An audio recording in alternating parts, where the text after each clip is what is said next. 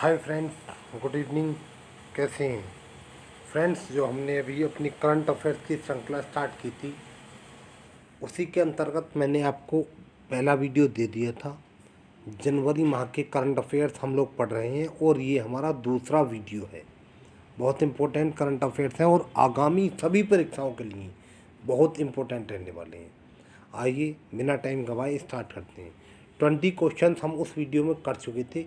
ये हमारा 21st question है। आइए देखते हैं क्या बोल रहा है।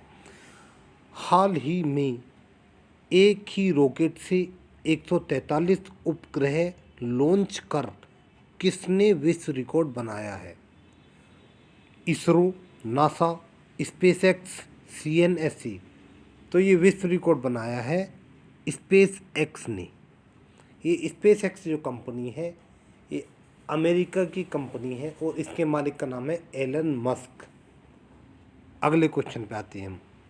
किस राज्य सरकार ने हाल ही में पंख योजना को लॉन्च किया है? मध्य प्रदेश, ओडिशा, पंजाब, गुजरात। तो हाल ही में जो पंख योजना लॉन्च की गई है, ये मध्य प्रदेश सरकार द्वारा लॉन्च की गई है।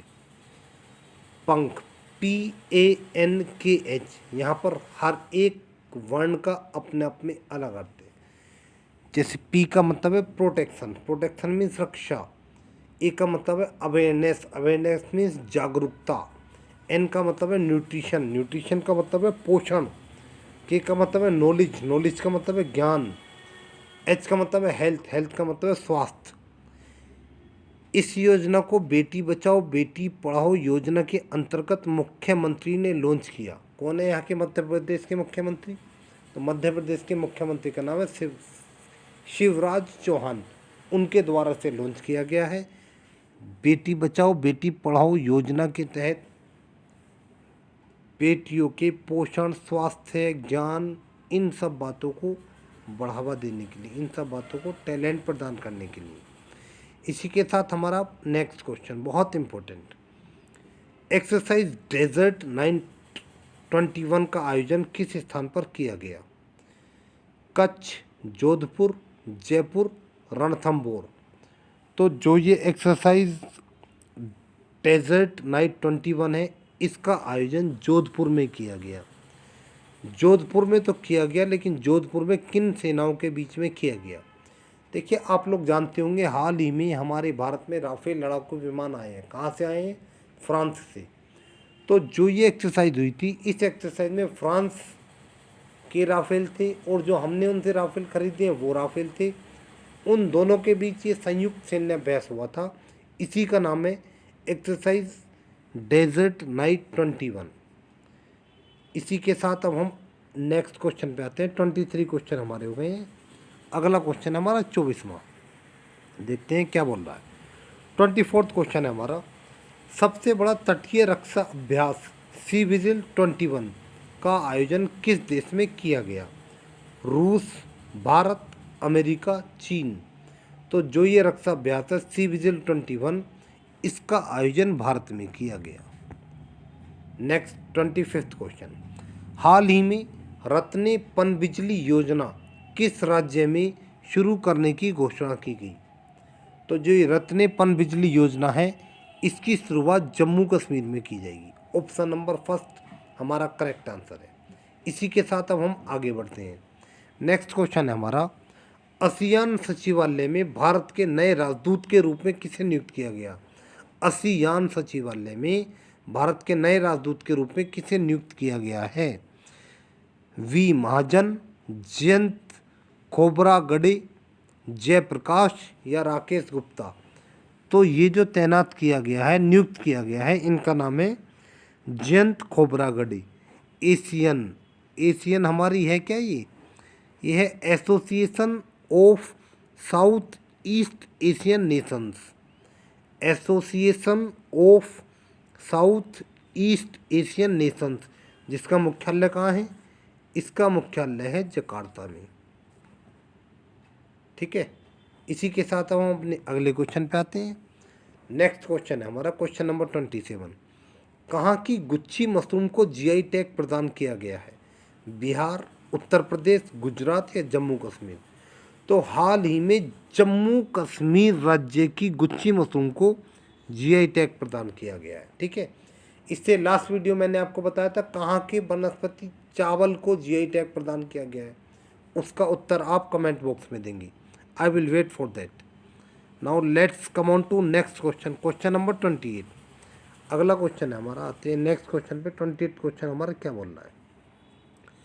28 क्वेश्चन है, हाल ही में 43वां रेडियो हिल्स यंगिस्तान का दिल नामक पहला ऑनलाइन युवा रेडियो स्टेशन कहाँ लॉन्च किया गया? तो ये पहला ऑनलाइन युवा रेडियो स्टेशन जो है आपका, ये हिमाचल प्रदेश में लॉन्च किया गया। हिमाचल प्रदेश की राजधानी शिमला। मुख्यमंत्री बता देंगे आप कमेंट बॉक्स में। नेक्स्ट क्वेश्चन पे आते हैं हम। हावड़ा कालका मेल का नाम किसके नाम पर रखा गया? ममता बनर्जी, नेताजी सुभाष चंद्र बोस, रविंद्रनाथ टैगोर या अटल बिहारी वाजपेयी? तो मैंने आपको लास्ट वीडियो में बताया था, हाल ही में 23 जनवरी को सुभाष चंद्र बोस की 125वीं जयंती मनाई गई है। तो इस अवसर पर बहुत सी घोषणाएं हुई हैं। उसी के तहत जो हमारी ये हावड़ा कालका मेल है, इसका नाम बदलकर सुभाष चंद्र बोस के नाम पर रख दिया गया है। नेताजी सुभाष चंद्र बोस। जब नेताजी सुभाष चंद्र बोस की बात है तो आप फिर मुझे कमेंट बॉक्स में एक क्वेश्चन और बता देंगे, नहीं आएगा तो मुझसे पूछ लेंगे, मैं बताऊंगा। जो ये सुभाष चंद्र बोस हैं, इन्हें नेताजी की उपाधि किसने दी थी? Important question. ठीक है, आई विल वेट।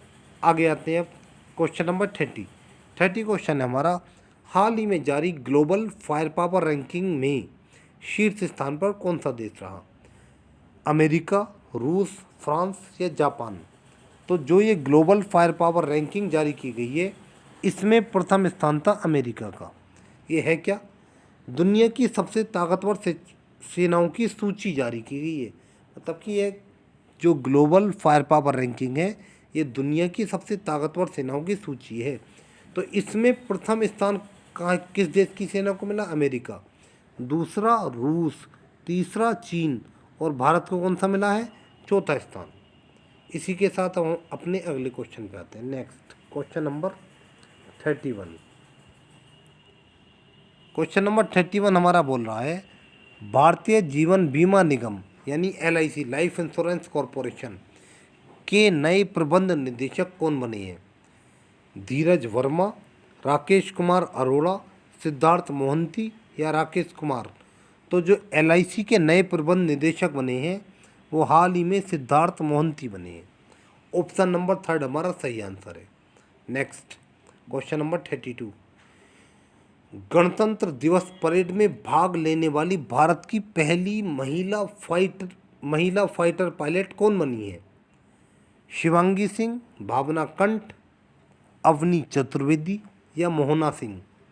तो गणतंत्र दिवस परेड में भाग लेने वाली भारत की पहली महिला फाइटर पायलट भावना कंठ बनी है। हाल ही में जो हमारा 72वां गणतंत्र दिवस हुआ था, ये तब की बात है। ठीक है, नेक्स्ट क्वेश्चन पे, हाल ही में किस राज्य सरकार ने ड्रैगन फल का नाम बदलकर कमलम रखने की घोषणा की है? गुजरात, हरियाणा, उत्तराखंड, राजस्थान?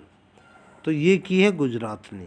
गुजरात राज्य सरकार ने अपने यहाँ के ड्रैगन फल का नाम बदलकर कमलम फल रखने की घोषणा की है। इसी के साथ 34 क्वेश्चन पे आते हैं। 34 क्वेश्चन क्या बोल रहा है?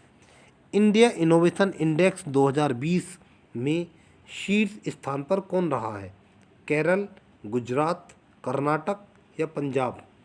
तो जो ये इंडिया इनोवेशन इंडेक्स 2020 है, इसमें प्रथम स्थान कर्नाटक को दिया गया है। ठीक है, आइए इसी के साथ हम आगे बढ़ते हैं।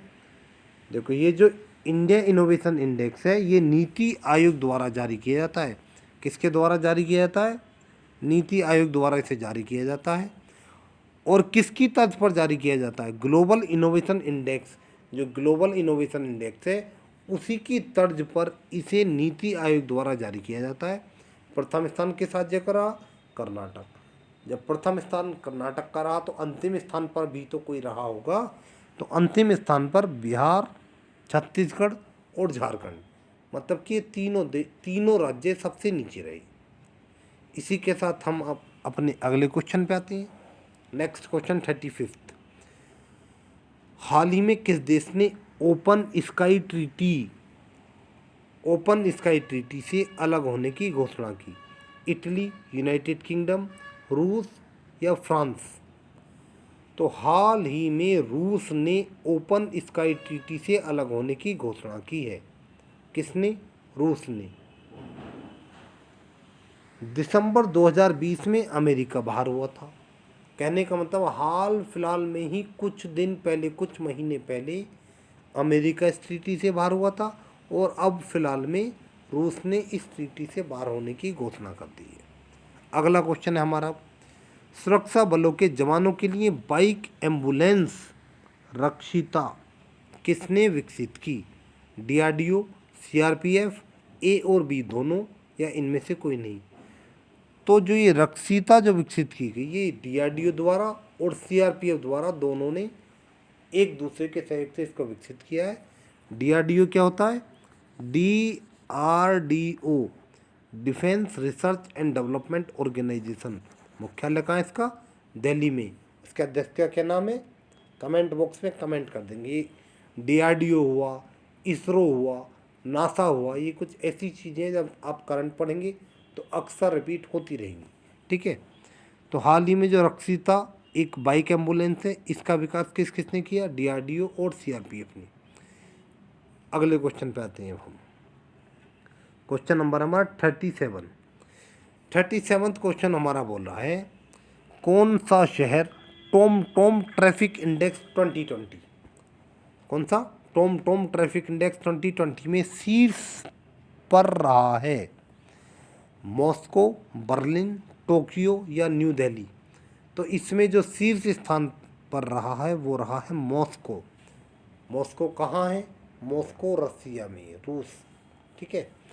तो ये जो मॉस्को है ये टॉम ट्रैफिक इंडेक्स 2020 में शीर्ष स्थान पर रहा है। देखो कहने का मतलब ये हुआ, जब अभी कुछ महीने पहले लॉकडाउन लगा था, अब तो दोबारा फिर से दिक्कतें आ रही हैं, तो उस समय ट्रैफिक बहुत कम हो गया था। फिर जैसे जैसे लॉकडाउन खुला ट्रैफिक की रफ्तार बढ़ने लगी, तो उसी दौरान देखा गया जो टॉम ट्रैफिक इंडेक्स जारी किया गया तो उसमें सर्वाधिक जो ट्रैफिक था वो मॉस्को में था। ठीक है। दूसरे स्थान पर कौन था? दूसरा स्थान मुंबई का था। सिंपल। अगले क्वेश्चन पे आते हैं हम। Question number 38, Thailand Open badminton tournament 2021 का महिला खिताब किसने जीता? तो थाईलैंड ओपन बैडमिंटन टूर्नामेंट 21 का महिला खिताब जीता ये कैरोलिना मारिन ने जीता। किसने? Carolina Marin. इसका आयोजन कहाँ पे हुआ था? आयोजन इसका थाईलैंड में हुआ था। कैरोलिना मारिन किस देश की हैं?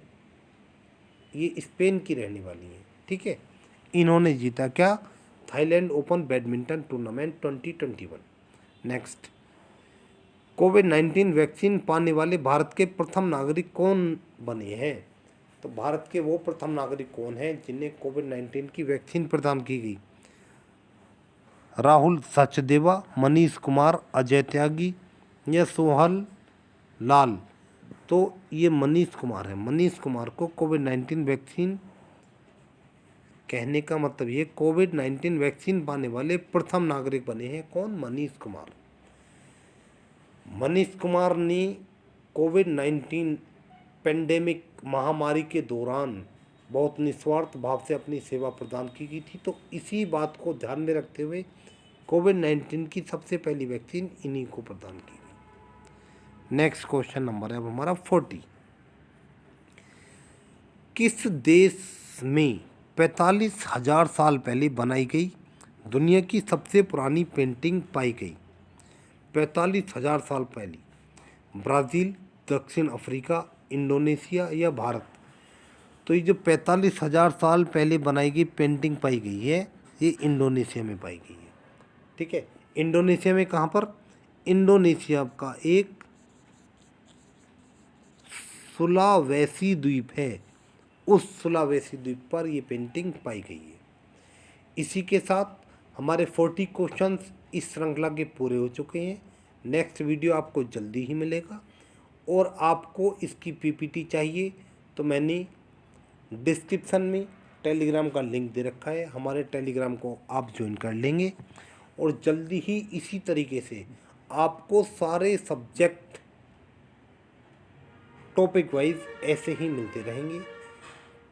कुछ दिन के लिए कुछ दिक्कत के कारण मुझे ये चैनल रोकना पड़ा था, लेकिन अब मेरे पास टाइम है तो मैं आपको सारे सब्जेक्ट क्रमबद्ध तरीके से ऐसे ही प्रदान करता रहूँगा। आशा करता हूँ ठीक से समझ आया होगा। अगर कोई दिक्कत हो तो आप कमेंट बॉक्स में कमेंट छोड़ेंगे। इसी के साथ बहुत जल्दी आपको नेक्स्ट वीडियो मिलता हूँ, तब तक के लिए गुड बाय।